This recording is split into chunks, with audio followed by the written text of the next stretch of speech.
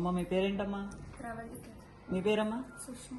ఏ ఊరు నుంచి వచ్చారు సుష్మా గారు? మోగ్దేవ్స్. మీరమ్మా ప్రవళిక గారు? పట్సన్గల్. పర్సనగల్ నుంచి వచ్చారు. మీకు ఎన్నో కన్ఫర్మ్ ఇక్కడ? Second delivery sir. First delivery ఎక్కడ చేయించినారు తల్లి? ఉయ్యూరులో సార్. ఉయ్యూరులో. Private hospital government hospital? Private hospital. ఎంత ఖర్చు అయింది అక్కడ నీకు? 60,000. 60,000 ఖర్చు అయింది.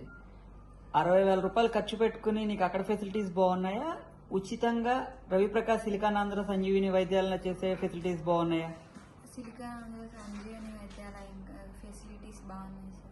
అక్కడ 60,000 రూపాయలు కట్టించుకున్నాక అక్కడ ఫ్యాన్లు లో ఎలక్ట్రిక్ బెడ్స్ ఉన్నాయా?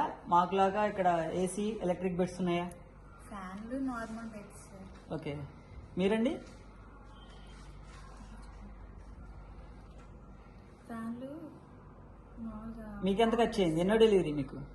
Second delivery. Second delivery. First delivery ఎక్కడ చేయించుకున్నారు? ఆనగడ్లో. ఎంత ఖర్చు అయింది? 40,000. 40,000 రూపాయలు ఖర్చు పెట్టుకున్నారు. అవును సార్. ఓకే.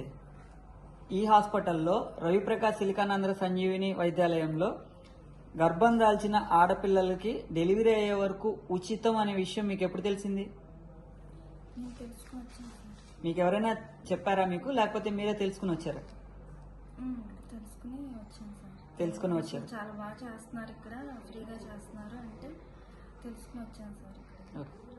మొదటి డెలివరీ మీకు నార్మల్ డెలివరీ అయ్యి ఉంటే కనుక ఇక్కడ రెండో డెలివరీ నార్మల్ అయ్యేదని ఎవరైనా చెప్పారా, లేకపోతే ఇక్కడ అన్ని సర్జరీలో జరుగుతాయని చెప్తున్నారా? లేదు సార్, నార్మల్ అయితే నార్మల్, సర్జరీ అయితే సర్జరీ. ఈ హాస్పిటల్లో మీకు బాగా నచ్చింది ఏంటమ్మా?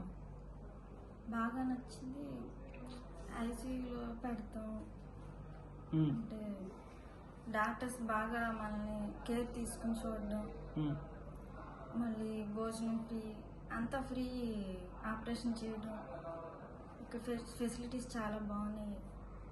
బయట అయితే అంత ప్రైవేట్లో చేయించుకున్నా సరే సరిగ్గా మనం కేర్ తీసుకోరు, అక్కడ సరిగ్గా చూడరు, మళ్ళీ ఎక్కువ ఖర్చు అవుతుంది. మీకు నచ్చింది ఏంటి తల్లి ఇక్కడ?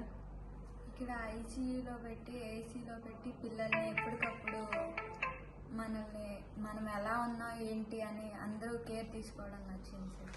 ఓకే. మీ నోటితోటి మీ మంచి మాటలతోటి ఈ హాస్పిటల్కి పేషెంట్స్ని సహాయం చేయడానికి ఏ రకంగా సహాయపడతారు మాకు?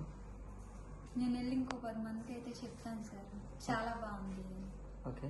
మీదమ్మా?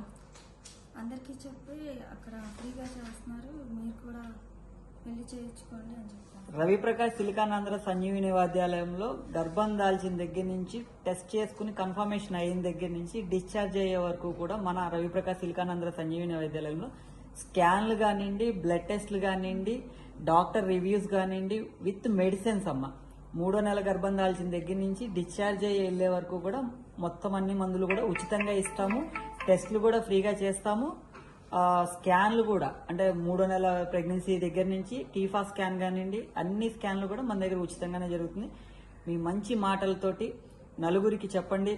రవిప్రకాష్ సిలికానాంధ్ర సంజీవిని వైద్యాలయంలో డబ్బున్న వాళ్ళైనా పేదవాళ్ళైనా పలుకుబడి ఉన్న వాళ్ళైనా ఏమీ తెలియనటువంటి పేదవారైనా సరే అందరికీ ఒకే రకమైనటువంటి వైద్యం అందుతుంది అని చెప్పి మీరు నిజంగా భావిస్తున్నారా?